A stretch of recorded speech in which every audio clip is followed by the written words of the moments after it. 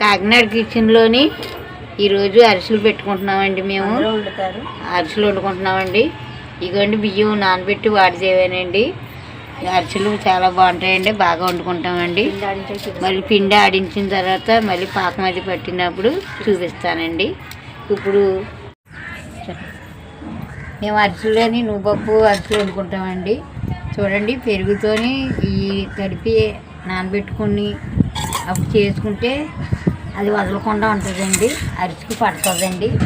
మీరు కూడా చూడండి, చూసిన తర్వాత మీరు కూడా పెట్టుకోవాలంటే ఇలా పెట్టుకోండి. మా కాకినాడ కిచెన్లో అరిసెలు చూసి మా ఛానల్ సబ్స్క్రైబ్ చేయండి.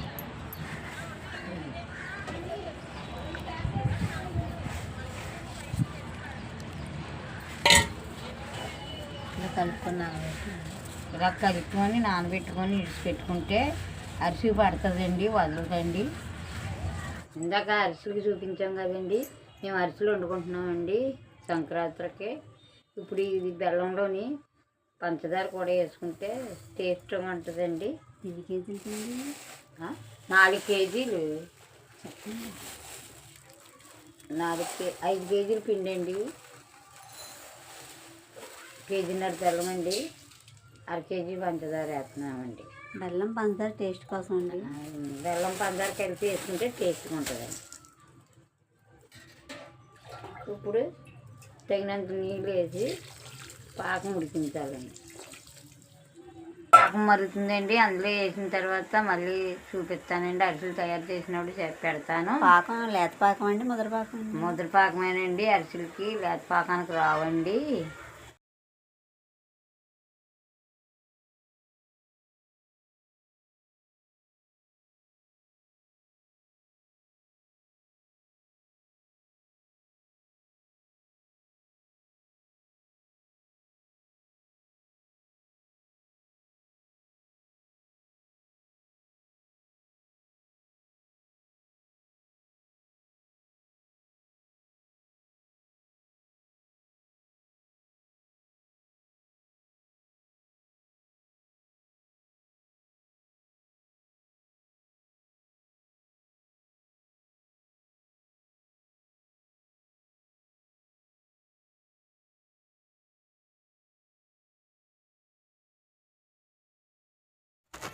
చూడండి, అరిసెల పిండి పాకం వచ్చింది.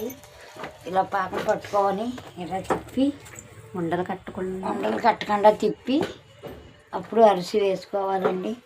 అరిసెలు వేసినప్పుడు మళ్ళీ చూపిస్తానండి. ఆయిల్ కనిపిస్తుంది, ఆయిల్ వేసారు? ఆయిల్ వేసుకుంటారండి, గుల్ల వస్తుందని వేస్తారు, గుల్ల రాదు.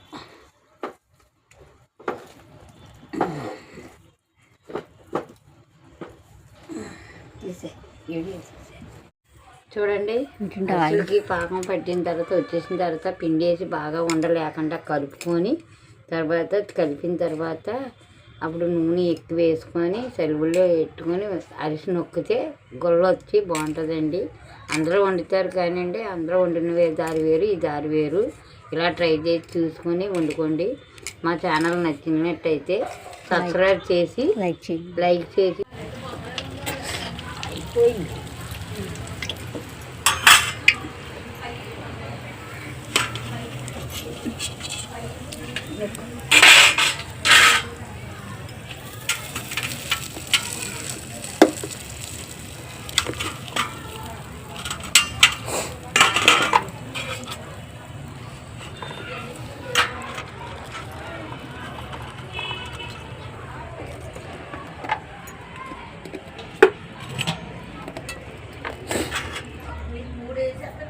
హాయ్ ఫ్రెండ్స్, చూడండి అరిసెలకి చూపించాను కదండి.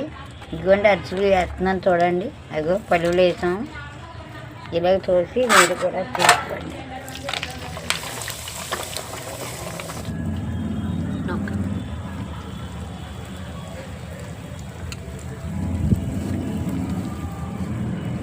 తిరిగేది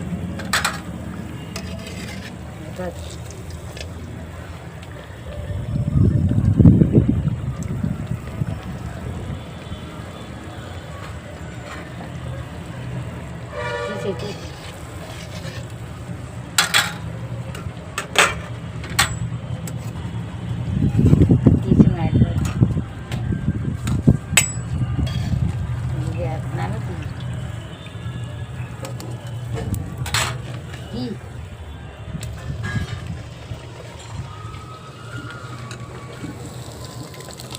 దానొప్పి సంగతి ఉన్నప్పుడు మనసు